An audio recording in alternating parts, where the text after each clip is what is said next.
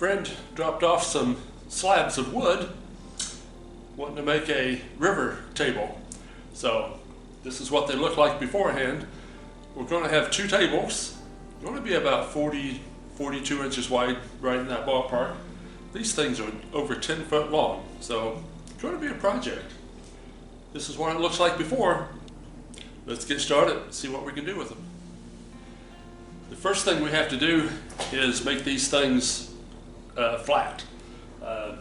Big planks like this, they're nice to work with, but you can see they kind of warp and twist as you let them set just a little bit.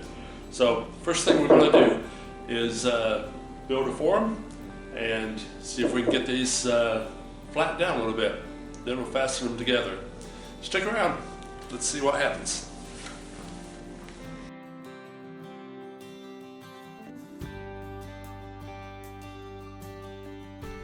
When you work with epoxy, you need a very level surface for your project to be on. So I made a frame out of 2x4s and leveled it up so everything would be perfectly level. And then covered that with the right size of 3/4 inch melamine. After that, I cover the melamine with some plastic tape so the epoxy won't stick to it. To get the outside bark off, I used the draw knife, and then to get the rest of the bark, just a matter of spending some time with the sander and getting all the bark off that you can. Epoxy likes to stick to the bark, but it will pull the bark away from the wood eventually. I use my router sled to route everything down level. I have a separate video on that if you want to see how to make one of these. The router leaves some grooves in the wood, so a little bit of time to sand those out. Went over it first with some 80 grit sandpaper, and then work your way up a little bit to some finer grit. Get all of the sanding marks off the project.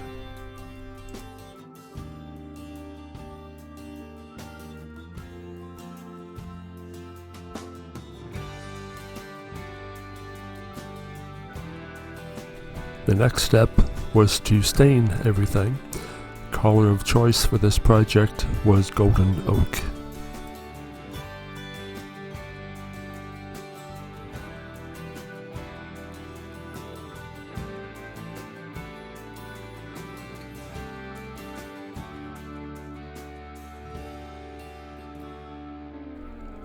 I took the router and made some grooves in the back of this project and used some epoxy to fasten some bars into them. That's going to help hold the two pieces together as a unit, both before the epoxy river is poured and after.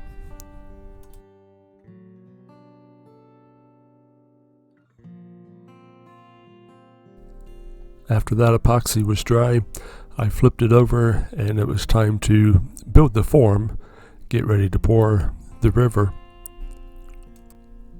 First I fastened the sides on. These are strips of melamine that's about 2 inches tall.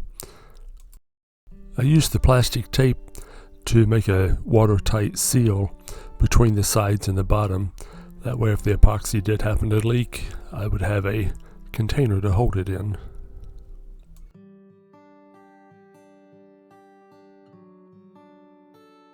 After the frame was made, I fastened the slabs down to the tabletop so they wouldn't float during the next project. I mixed up the epoxy for the river. They wanted a blue metallic for the river, so I made this about a 1/2 inch thick, just enough to cover the bars that are holding the pieces together.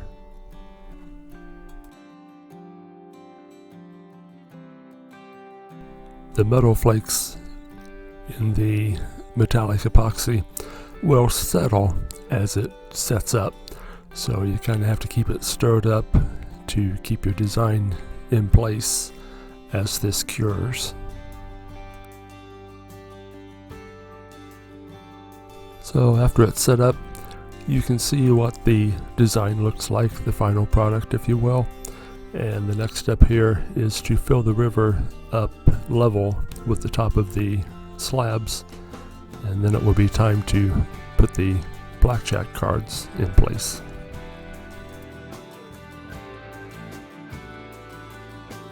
When you put cards down in epoxy, it's a paper product. It will soak up and really look kind of nasty.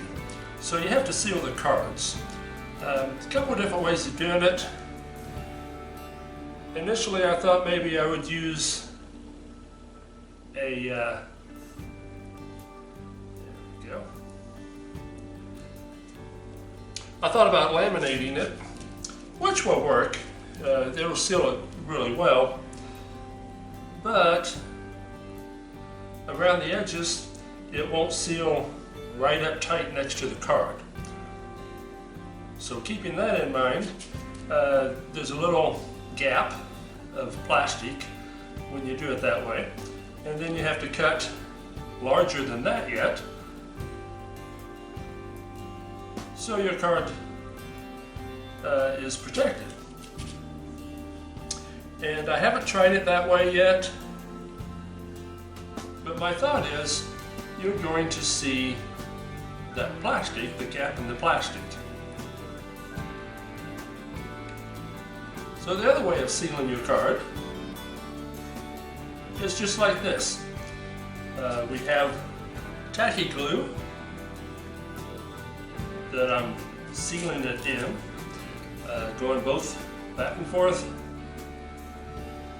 and side to side, and trying to build up some glue under the edges. Now this tacky glue is supposed to turn clear when it dries. So we're going to try this and see what happens.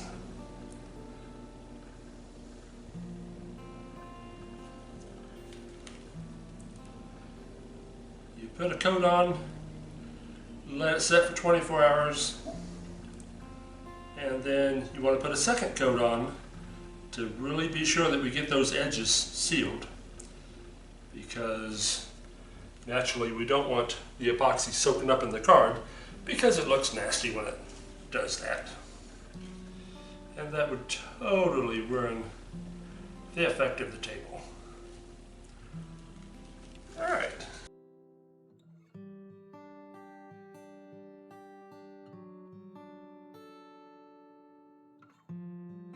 The river's finished, the epoxy has set up on top of the cards, so it's time for a seal coat. The seal coat keeps the air from escaping from the slabs of wood up into your project. So it takes about 3 layers of seal coats just to ensure we're not going to have all those bubbles come up.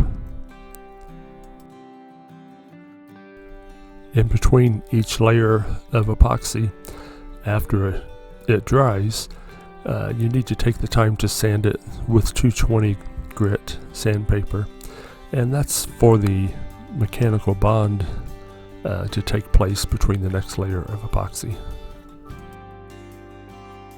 This project also has a couple different layers of flood coats for the depth and to make everything come out good. You can see the color blue coat is only about a 1/2 inch thick here, and the river itself, the clear part you're looking through, is close to 1 inch thick that you're looking through.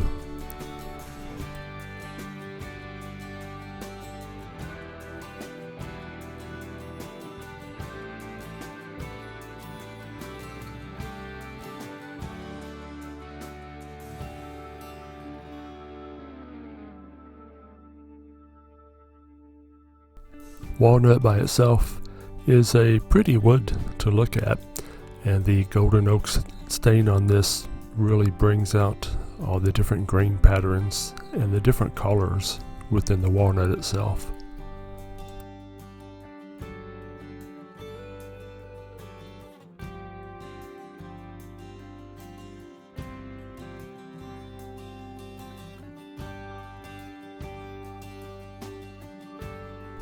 is the finished river with the blackjack cards in place. So you can tell how nice this looks after everything's set up and dried. The first table we made with these slabs was the live edge antler table with the shelves in the middle. So this one is the second part of those slabs, our live edge blackjack table.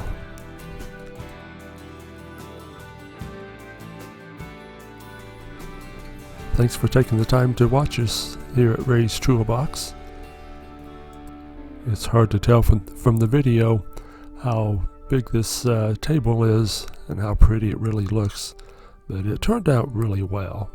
Here's a picture of it after the legs are put on at its final home.